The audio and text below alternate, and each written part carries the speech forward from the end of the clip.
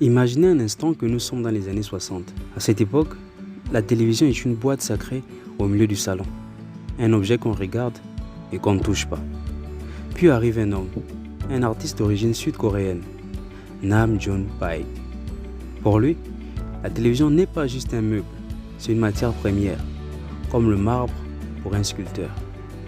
On l'appelle aujourd'hui le père de l'art vidéo. Et vous allez comprendre pourquoi. Paik ne s'est pas contenté de diffuser des films. Il a littéralement torturé l'image électronique. Influencé par le mouvement Fluxus, qui prend l'expérimentation et l'humour, il s'amusait à poser des aimants sur les écrans pour déformer le signal, transformant une émission banale en une peinture abstraite et mouvante. Pour lui, la technologie ne devait pas nous dominer.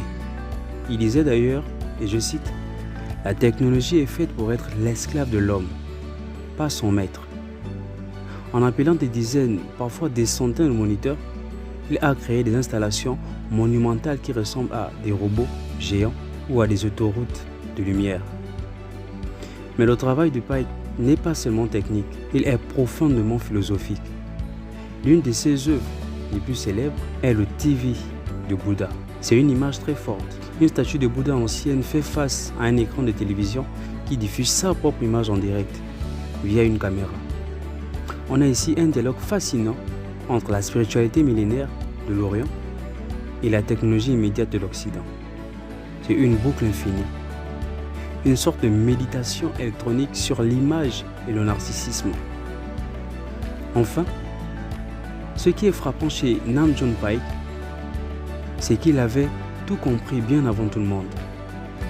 Dès 1974, il a inventé le terme d'autoroute électronique.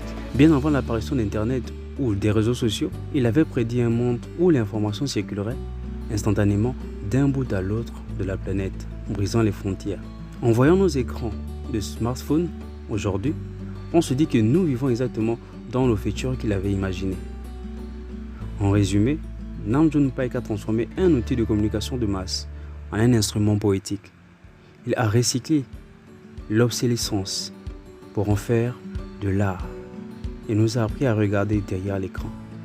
Aujourd'hui, chaque fois que vous voyez une installation vidéo dans un musée, dites-vous que c'est un peu grâce à lui.